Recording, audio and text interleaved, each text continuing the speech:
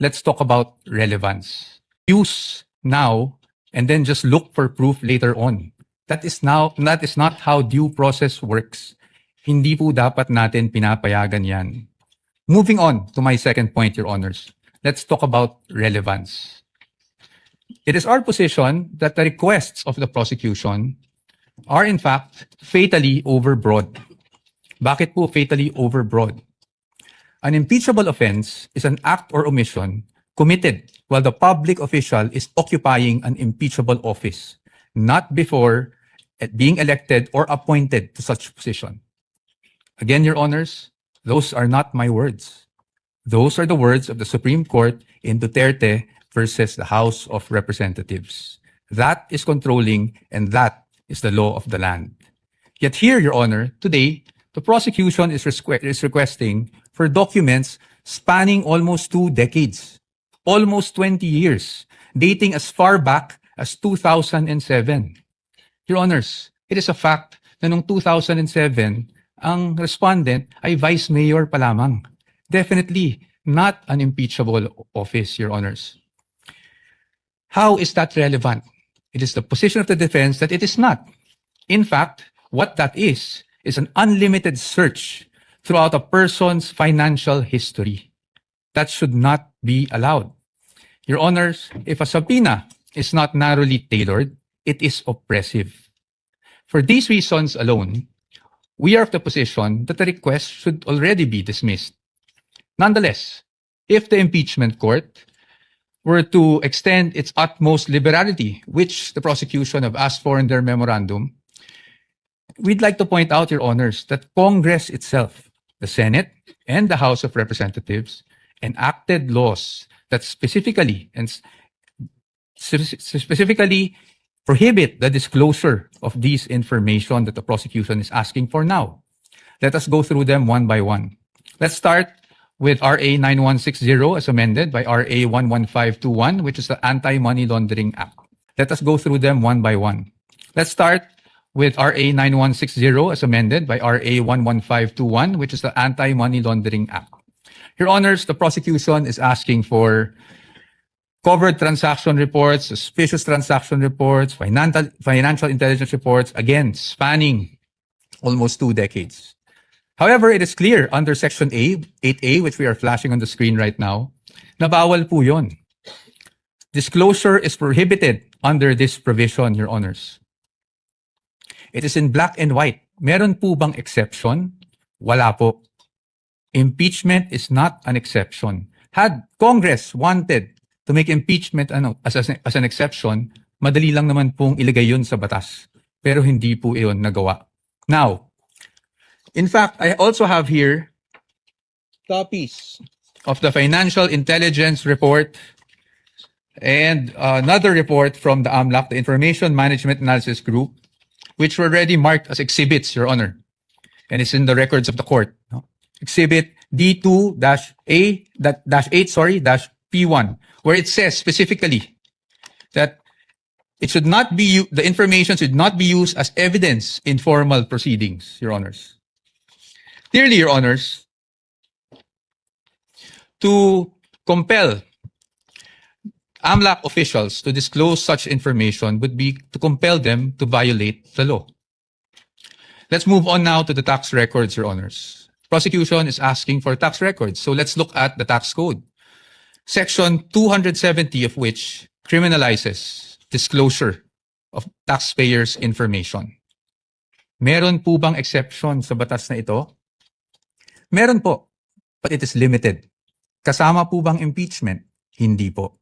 That is very clear. Again, Congress wanted to put an exception for impeachment. It could have easily done so, but they did not. Now, Your Honors, let's go to Bank Secrecy Law, RA 1405. The state policy has always been to favor the secrecy of bank deposits, Your Honors.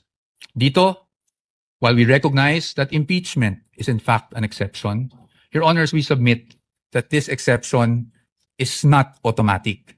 Meaning, hindi porket may exception for impeachment, pwede na kaagad natin buksan ang lahat ng bank records na hinihingi ng prosecution.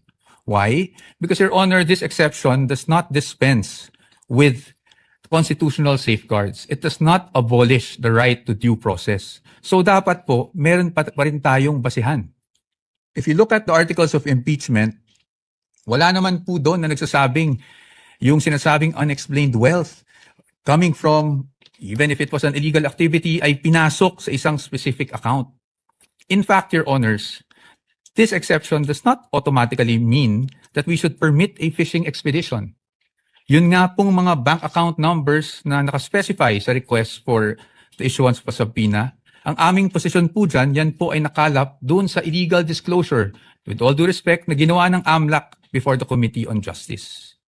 And then, Your Honors, they're also asking for the bank records of the spouse. Your Honor, the spouse is not an impeachable officer. And therefore, the spouse is not covered by this exception. Again, Your Honors, we should not allow this. In closing, Your Honors, the prosecution has repeatedly invoked accountability. Your Honors, we agree with them. No one is above the law. No one is above the law. But Your Honors, impeachment is not a magic word or a magic wand that one can just wave to transform an illegal act into a legal act, to transform unlawful access to lawful access.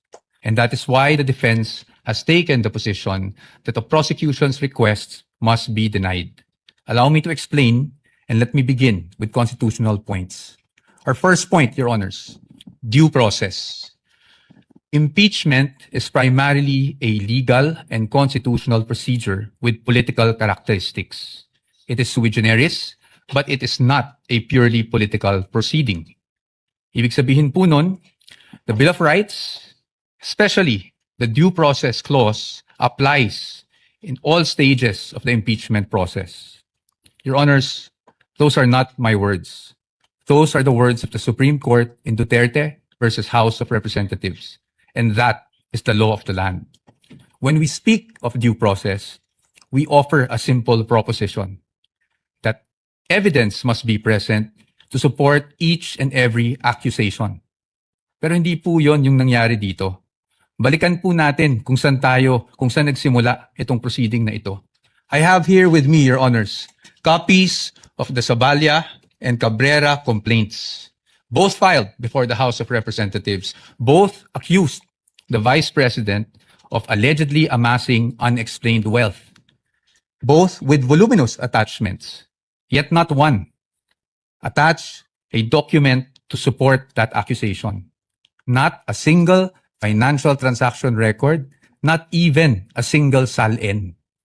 In fact, it was only after these complaints were filed, and more significantly, only after the respondent had filed her answer before the Committee on Justice, that committee started searching for evidence to somehow support these accusations through, again, the issuance of subpoenas.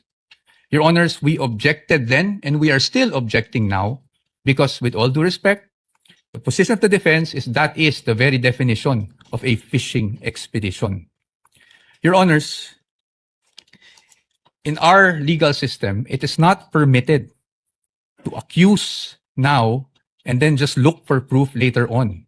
That is not how due process works. Hindi po